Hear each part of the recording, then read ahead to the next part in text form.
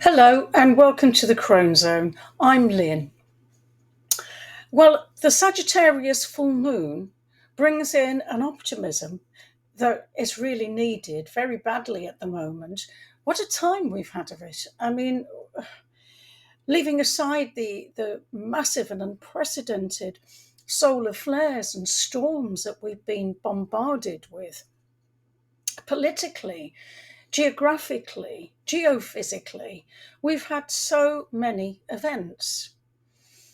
So we also have had, haven't we, major eclipse season. So some really big things happening, like the Jupiter Uranus conjunction on the back of the moons that we've had recently.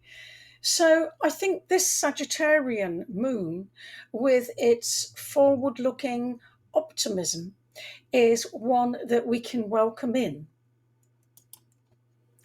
May brings us a shift of zodiac sign. And on this very day, when I'm recording this, the sun moves into Gemini. So it moves out of the more gestating, slower rhythm of Taurus, where things are being established, into a much quicker mode of operation. We see this with the birds that become frantically busy nesting, feeding, twittering, communicating with each other. And if we think of that bird energy, it will give you a good insight into the kind of energy that is Gemini. You know, it is one of communications, of gathering information, of disseminating information. And certainly we're going to feel that at a much quicker pace than the Taurian energy, which certainly I've been enjoying. So that's the first thing that we have is the sun going into Gemini. And then just 3 days after, we have the Sagittarius full moon. So the card for Sagittarius, of course, is temperance. I'd like to come back to that because I think there's quite a bit to say about that that's not always evident when we just look at the things associated with Sagittarius. I think the card really adds something to that. So this is the moon, and it is opposite the sun, which is in Gemini, ruled by the magician. This is the world of thought, of communication, of ideas. So those are the two players. And in many ways, the increased information that Gemini brings, to the Gemini sun, bringing this increase in communication, in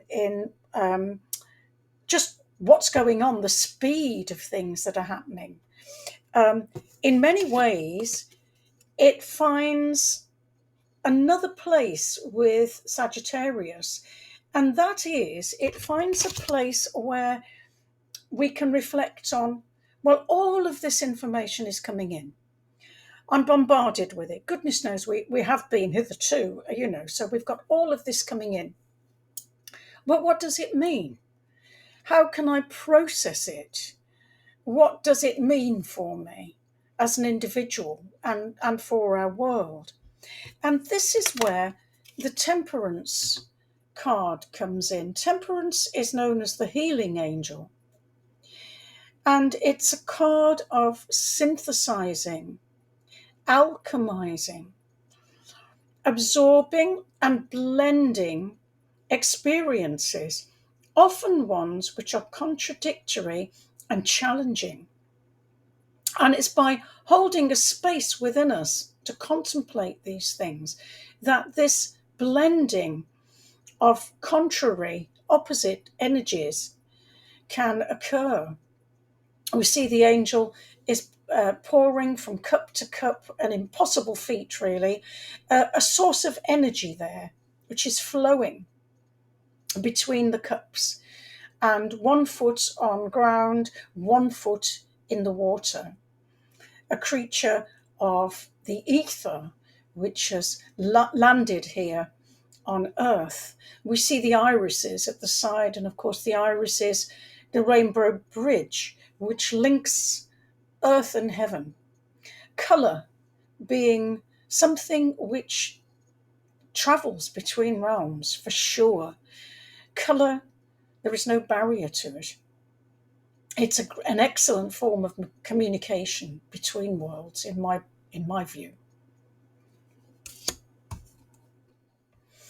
So lovely as the full moon is, it doesn't travel alone. Of course, the sky is full of other signifiers and things happening. And one of those is Pluto, which is making aspects to both the sun and the moon. They're harmonious aspects. We know that Pluto is very concerned with our evolution. And there are some big evolutionary steps at play here, which I will touch upon later. So Pluto deepens this. And in some ways, I think that's a good thing. Sagittarius can, be a very philosophical sign, but it can sometimes be overly optimistic. And Gemini, whilst, amazing mental energy at play there, it can skate on the surface. So it's wonderful that we have Pluto here making us dig that little bit deeper. We're not compelled, of course, to react or act or respond to planetary events.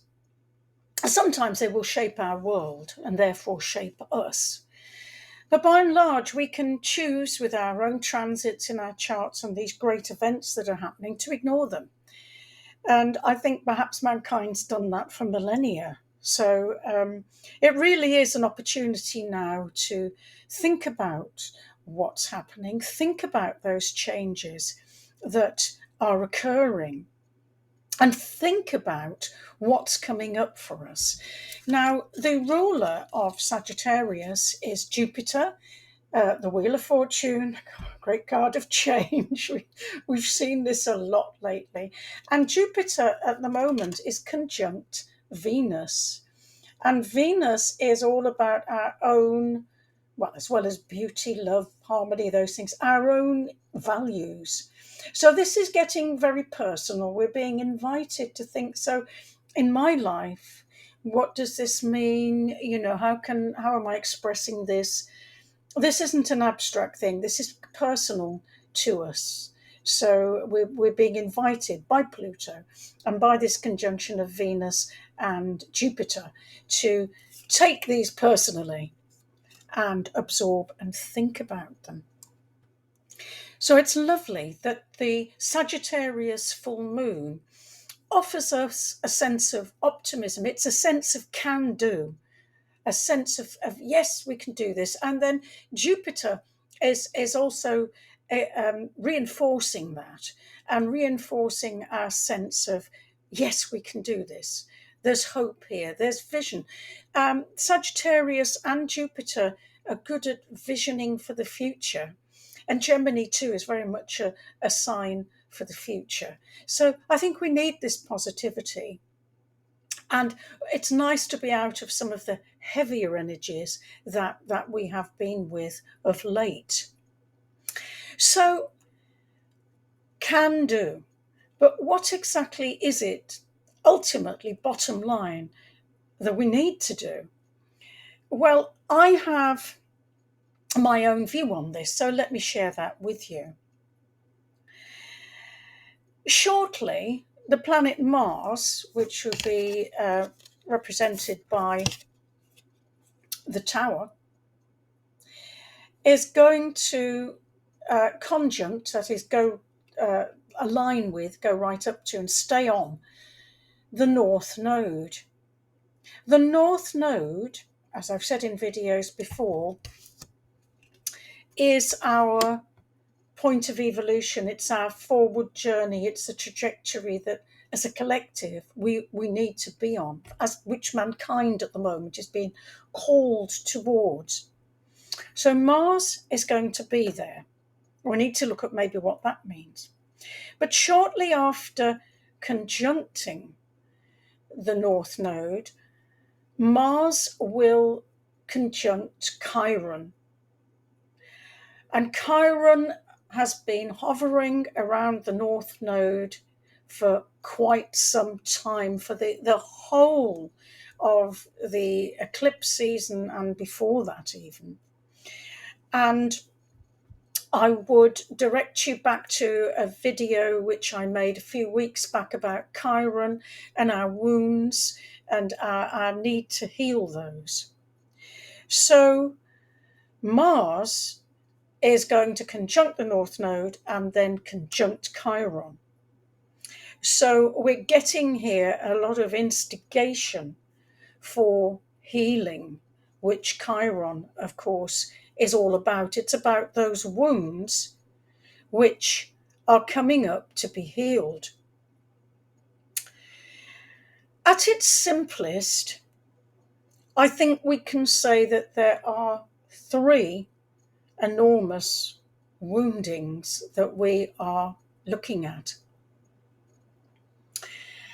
One wound, which we will be aware of, is the wound to the sacred feminine. Another wound, sometimes less acknowledged, is the wound to the sacred masculine. And the third of the woundings I would like to look at is the wounding of the earth. Now, you've only to turn on the TV or the radio or check on your phone to be aware of the fires, the floods, the events which keep happening in our physical world, the natural disasters which are all around us. And these seem to very much reflect those pains and disasters that we carry as a collective in the feminine and masculine energies. Just recently in England, there's been a scandal about infected blood. It goes back quite some time, like many scandals and awful mismanagements and injustices.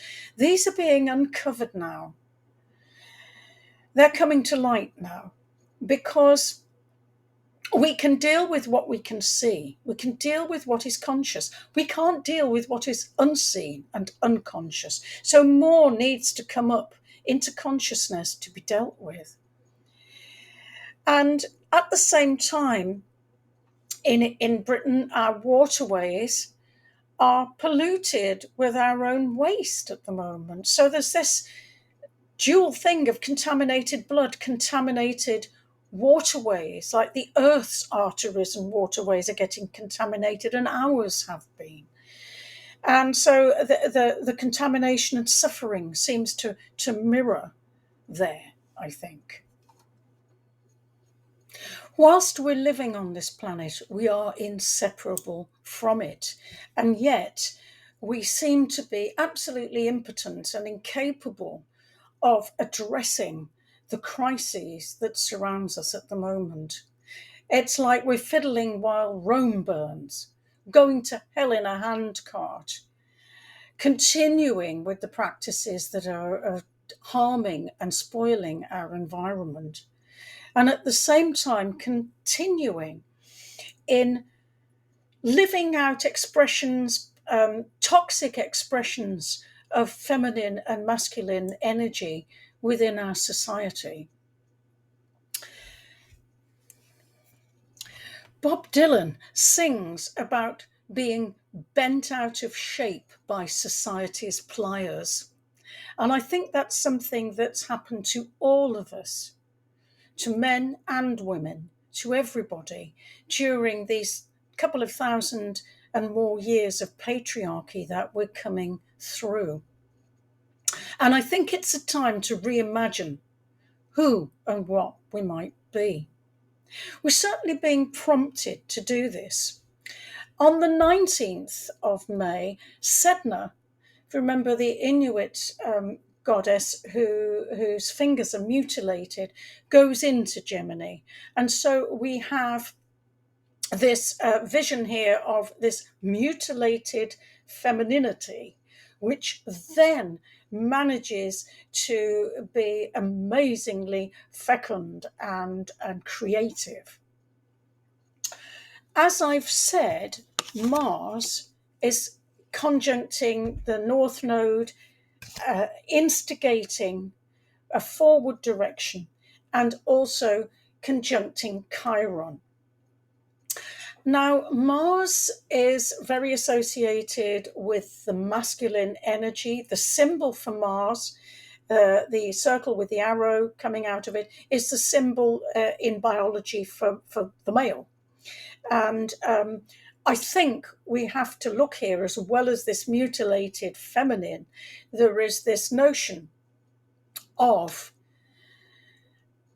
the damaged male, this notion of the masculine, divine masculine energy, which we haven't seen, or we have seen. There are those individuals who model this for us, who have always been able to display this for us. But as a collective, we're not seeing this manifest. We're not seeing this side of the masculine. Far from it, we're still trapped in abuse and war, rape and pillage and plunder, and all of those very negative aspects of the masculine energy. Now, obviously, this transcends gender. It's more, but we are all a mix of the masculine and the feminine. But I think males in particular are carrying the brunt of this. I mean, obviously, females have suffered enormously, but let's look at what's going on for males. We have, in my country, an epidemic of knife crime of very young teenage men killing other very young teenage men with knives. We have an incredibly high suicide rate amongst men. I think after road traffic accidents, it's one of the highest causes of death amongst men. This cannot speak to balance. It cannot speak to health. It cannot possibly be a way of moving forward. It seems that our whole society psychically is beset with PTSD, that we're suffering this, and that it really is time to look at and address and to change this.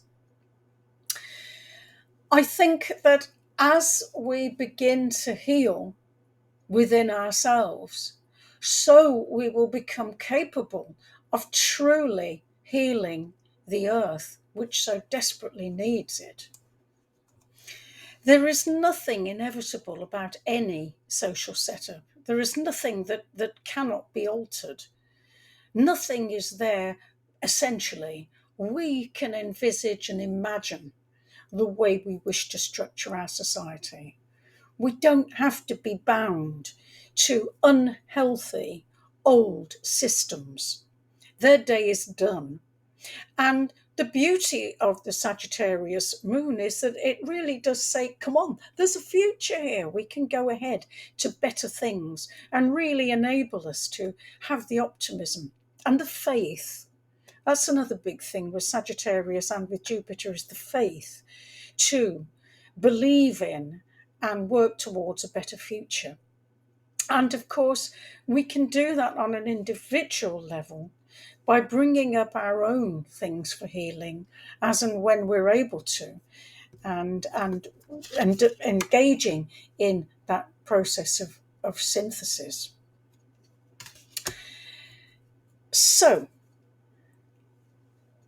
we have been in fixes many times, I think, as a species, maybe even in calamities. But I'm minded now. I was talking about the rainbow bridge in this card, and colour, the iris, the rainbow. And I was thinking about the story of Noah and Noah's flood,